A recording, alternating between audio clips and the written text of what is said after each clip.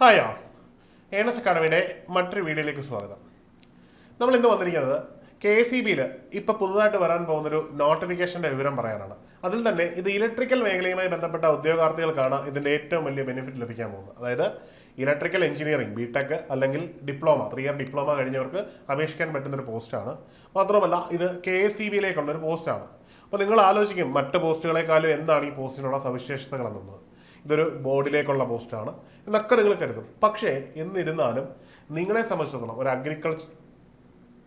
ഒരു ഇലക്ട്രിക്കൽ വിദ്യാർത്ഥിയെ സംബന്ധിച്ചിടത്തോളം, അതായത് ഇലക്ട്രിക്കൽ മേഖലയിൽ നിന്ന് പാസ് ഔട്ട് ആയ ഒരു വ്യക്തിയെ സംബന്ധിച്ചിടത്തോളം സർക്കാർ മേഖലയിൽ കിട്ടാവുന്ന ഏറ്റവും നല്ലൊരു ഓപ്പണിംഗ് തന്നെയാണ് KSEB എന്നുള്ളത്. കാരണം ഒന്നാമത്തെ കാര്യം, കേരളത്തിന്റെ ഒരു മോണോപോളി തന്നെ KSEBയിൽ നിക്ഷിപ്തമാണ് ഇലക്ട്രിസിറ്റിയുടെ കാര്യത്തിൽ. അതുകൊണ്ട് തന്നെ ഇലക്ട്രിസിറ്റിയുമായി ബന്ധപ്പെട്ട എല്ലാ കാര്യങ്ങളിലും അവസാന വാക്ക് KSEB ആണ്. മറ്റ് ബോർഡുകളുടെ കൂട്ടല്ല KSEB. KSEBക്ക് എല്ലാ കാലത്തും അതുകൊണ്ട് കേരളത്തിൽ ഒരു എക്സിസ്റ്റൻസ് ഉണ്ട് എന്ന് തന്നെ നമുക്ക് പറയാം. രണ്ടാമത്, അത്യാവശ്യം നിങ്ങളുടെ ജോബിന്റെ സെക്യൂരിറ്റിയാണ്.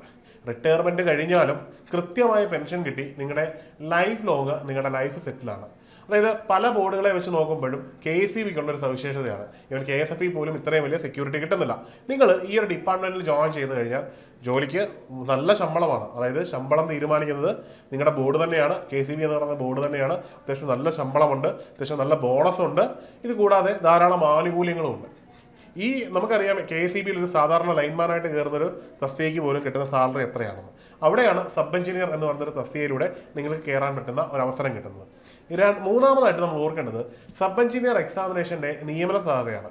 നമ്മൾ പൊതുവെ AEയുടെ എക്സാമിനേഷനൊക്കെ ആയിരിക്കും നിങ്ങൾ എല്ലാവരും ലക്ഷ്യം വെക്കുന്നത്. പ്രത്യേകിച്ചും ബിടെക് ബിരുദധാരികളൊക്കെ AE ആവണം എന്നൊരു ആഗ്രഹത്തോടു കൂടിയായിരിക്കും നിങ്ങൾ ഇരിക്കുന്നത്. നല്ല കാര്യം, അതിനുവേണ്ടി തന്നെ നമുക്ക് തയ്യാറെടുക്കാം. പക്ഷേ AEക്ക് പ്രിപ്പയർ ചെയ്യുന്ന നിങ്ങൾക്ക് തീർച്ചയായിട്ടും ആ പ്രിപ്പറേഷനോട് ഒപ്പം തന്നെ എഴുതാൻ പറ്റുന്ന ഒരു എക്സാമിനേഷനാണ് നമ്മളുടെ ഈ പറയുന്ന സബ് എഞ്ചിനീയർ എന്നുള്ളത്. രണ്ട് കാര്യങ്ങളുണ്ട്. ഒന്ന്, AEയുടെ അത്രയും ഡിഫിക്കൽട്ടി ലെവൽ വരണമെന്നില്ല. ചിലപ്പോൾ ഡിഫിക്കൽട്ടി ലെവൽ വന്നുകൂടാരികയില്ല, PSC ആണ്. സാധാരണഗതിയിൽ ഡിഫിക്കൽട്ടി ലെവൽ വരികയില്ല. രണ്ടാമത്, നിയമനങ്ങളുടെ എണ്ണമാണ്. എന്ത് തന്നെയായാലും AEയെക്കാളും വളരെയധികം നിയമനങ്ങളാണ് ഈ ഒരു പോസ്റ്റിലേക്ക് നടക്കുന്നത്. അതായത് നമുക്ക് ഈ അടുത്തിടെ നടന്ന അവസാനമായിട്ട് നടന്ന എക്സാമിനേഷൻ തന്നെ നോക്കിക്കഴിഞ്ഞാൽ ഏതാണ്ട് 500-ലധികം നിയമനങ്ങൾ നടക്കുന്നുണ്ട്. അതായത് റാങ്ക് ലിസ്റ്റ് നിലവിൽ നിൽക്കുമ്പോൾ തന്നെ ഏതാണ്ട് 500-നടുത്ത് അല്ലെങ്കിൽ 500-ന് മുകളിലേക്ക് നിയമനങ്ങൾ പോയി കഴിഞ്ഞു. ഇനിയും റാങ്ക് ലിസ്റ്റിന്റെ കാലാവധി കിടപ്പുണ്ട്. ഏതാണ്ട് ഒരു വർഷത്തിനടുത്തോളം നമുക്ക് എന്തുണ്ട്, കാലാവധി കിടപ്പുണ്ട്. അതിൽ നിന്ന് എന്തായാലും നിയമനങ്ങൾ നടക്കും. അപ്പോൾ ഏതാണ്ട് ഒരു 500-നും 700-നും ഇടയ്ക്കുള്ള നമ്പറിൽ ഉദ്യോഗാർത്ഥികൾക്ക് നിയമനം ലഭിക്കും. അവിടെ നമ്മൾ മനസ്സിലാക്കേണ്ടത് ഒരു ടെക്നിക്കൽ പരീക്ഷയിൽ, ഒരു ടെക്നിക്കൽ എക്സാമിനേഷനിൽ ഇത്രയധികം നിയമനങ്ങൾ നടക്കുന്ന മറ്റേതെങ്കിലും തസ്തികയുണ്ടോ, അതും സബ് എഞ്ചിനീയർ ലെവലിൽ നിയമനം നടത്തുന്ന മറ്റേതെങ്കിലും തസ്തികയുണ്ടോ നിങ്ങളൊന്ന് വിലയിരുത്തണം. അങ്ങനെ നോക്കുമ്പോൾ ഇല്ല എന്നുള്ളതാണ്. ഓർക്കണം, ഒരു ടെക്നിക്കൽ പോസ്റ്റാണ്, ഒരു സ്പെഷ്യലിസ്റ്റ് വിങ്ങിലാണ് നിങ്ങൾ കയറുന്നത്. മാത്രവുമല്ല ഈ വിങ്ങിൽ നിന്ന് കിട്ടുന്ന അഡ്വാൻറ്റേജസ് വളരെ കൂടുതലാണ്. ശമ്പളം, ബാക്കി എല്ലാ കാര്യങ്ങളും നിൽക്കട്ടെ.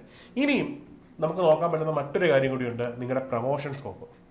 രണ്ട് തരത്തിൽ നമുക്ക് പ്രൊമോഷൻ കാണാം.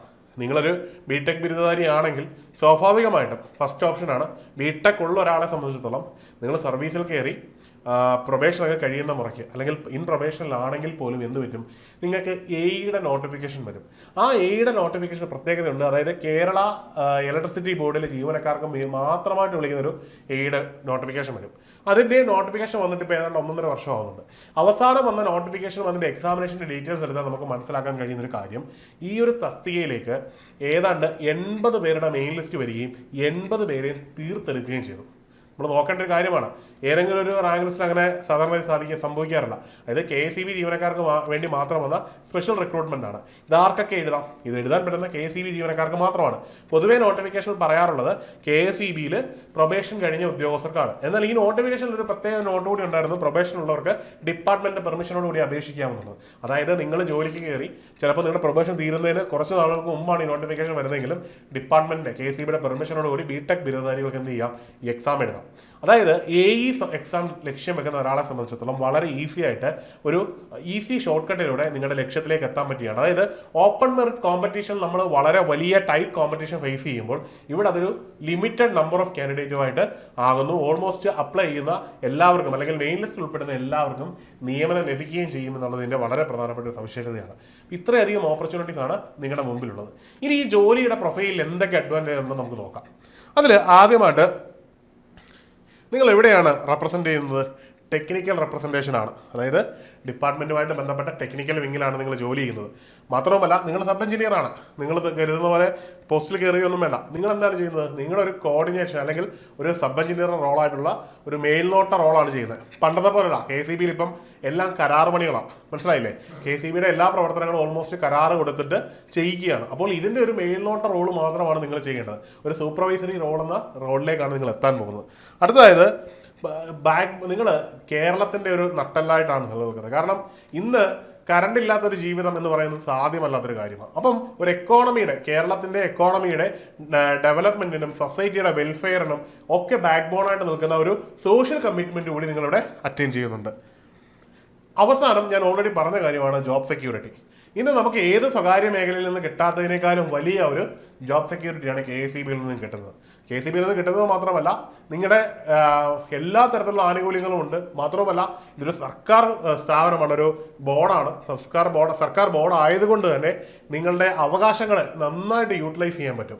ഒരു സ്വകാര്യ കമ്പനിയിൽ ഉള്ളതുപോലെയുള്ള റിജിഡ് ക്യാരക്ടർ ഒന്നും ഈ സ്ഥാപനത്തിലില്ല. വളരെ ഫ്ലെക്സിബിൾ ആണ്. നിങ്ങളുടെ സൗകര്യത്തിന് ജോലി ചെയ്യാൻ പറ്റും.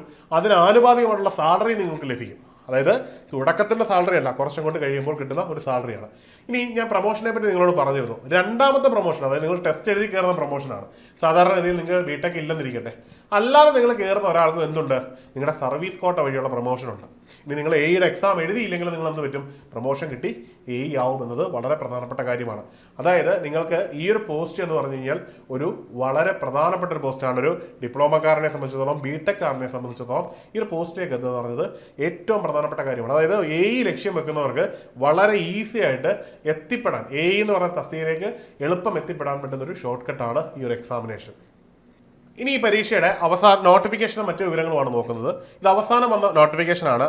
553/2021 എന്ന നമ്പറിലാണ് ഈ നോട്ടിഫിക്കേഷൻ വന്നത്. ഇതിന്റെ ക്വാളിഫിക്കേഷനിലേക്ക് വരികയാണെങ്കിൽ, ഇതിന്റെ ക്വാളിഫിക്കേഷൻ എന്ന് പറഞ്ഞാൽ നിങ്ങൾക്ക് 3 ഇയർ ഡിപ്ലോമ ഉണ്ടായിരിക്കണം. അത് റെഗുലർ ആയിട്ടോ അല്ലാതെയോ നേടിയതായിരിക്കണം. ഇനി ഇതല്ലെങ്കിൽ നിങ്ങൾക്ക് BE അല്ലെങ്കിൽ BTech ഉണ്ടായിരിക്കണം. ഇവർക്ക് രണ്ടുപേർക്കും ഈ പോസ്റ്റിലേക്ക് അപ്ലൈ ചെയ്യാൻ പറ്റുകയുള്ളൂ. ഇതിന്റെ സ്കെയിൽ ഓഫ് പേ എന്ന് പറഞ്ഞാൽ 41,600 രൂപ മുതൽ 82,400 വരെയാണ്. ഏജ് ലിമിറ്റ് 18 വയസ്സ് മുതൽ 36 വയസ്സ് വരെയുള്ളവർക്ക് ഇതിൽ അപ്ലൈ ചെയ്യാൻ പറ്റും. ഇനി എക്സാമിനേഷൻ റാങ്ക് ലിസ്റ്റ് വന്നതിന്റെ വിശദ വിവരങ്ങൾ നോക്കാം. ഇത് പ്രകാരം കാറ്റഗറി നമ്പർ 553/2021 DOE നിലവിൽ വന്നത് 21/11/2023 അന്ന് ഈ എക്സാമിനേഷന്റെ കട്ട് ഓഫ് മാർക്ക് എന്ന് പറയുന്നത് 56.67 മാർക്ക് മാത്രമായിരുന്നു. അന്ന് മാക്സിമം മാർക്കായിട്ട് സ്കോർ ചെയ്തത് 81.33 മാർക്കുമായിരുന്നു. അതിൽ മെയിൻ ലിസ്റ്റിൽ ഉൾപ്പെട്ടത് ഏതാണ്ട് 941 പേരാണ്.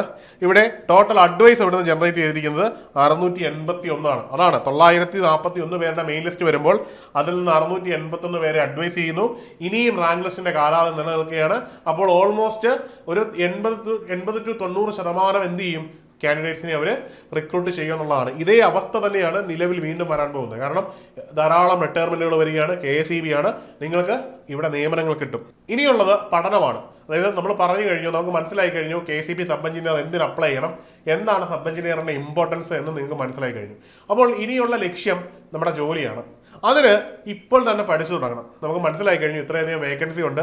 അതുകൊണ്ട് തന്നെ അത്യാവശ്യം നല്ല മത്സരമുള്ള ഒരു പോസ്റ്റ് ആയിരിക്കും.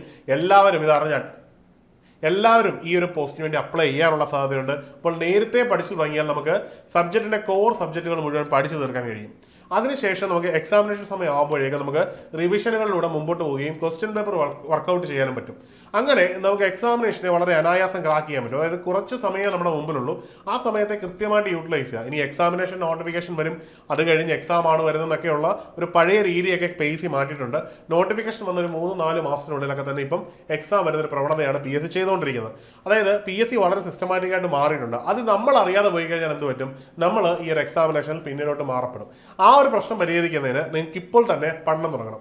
അതിനായിട്ട് ഏണസ്റ്റ് അക്കാഡമി KCB സബ് എഞ്ചിനീയറിന്റെ ബാച്ച് തുടങ്ങി കഴിഞ്ഞു. അപ്പോൾ ഈ ബാച്ചിൽ നിങ്ങൾക്ക് ഇപ്പോൾ തന്നെ ജോയിൻ ചെയ്ത് പഠിച്ചു തുടങ്ങാം. നമ്മുടെ ഈ കോഴ്സിന്റെ വാലിഡിറ്റി എന്ന് പറഞ്ഞു കഴിഞ്ഞാൽ എക്സാം വരെയാണ്. ഈ എക്സാമിനേഷൻ നോട്ടിഫിക്കേഷൻ വന്ന് എക്സാം നിങ്ങൾ എഴുതുന്നവരെയാണ് ഈ കോഴ്സിന്റെ വാലിഡിറ്റി. അതുകൊണ്ട് തന്നെ നിങ്ങൾക്ക് ഇപ്പോൾ തന്നെ കോഴ്സിന് ജോയിൻ ചെയ്യാൻ പറ്റും. മാത്രമല്ല നമ്മുടെ കോഴ്സ് ഓൺലൈൻ ആയതുകൊണ്ട് നിങ്ങൾക്ക് ലോകത്തിന്റെ ഏത് കോണിലിരുന്നും പഠിക്കാനും പറ്റും. മാത്രമല്ല ജോലിയുള്ളവർക്ക് സൗകര്യപ്രദമായിട്ട് ഉപയോഗിക്കാൻ പറ്റും. മാത്രമല്ല വീട്ടമ്മമാർക്കും ഇത് കൃത്യമായിട്ട് യൂട്ടിലൈസ് ചെയ്യാൻ പറ്റും.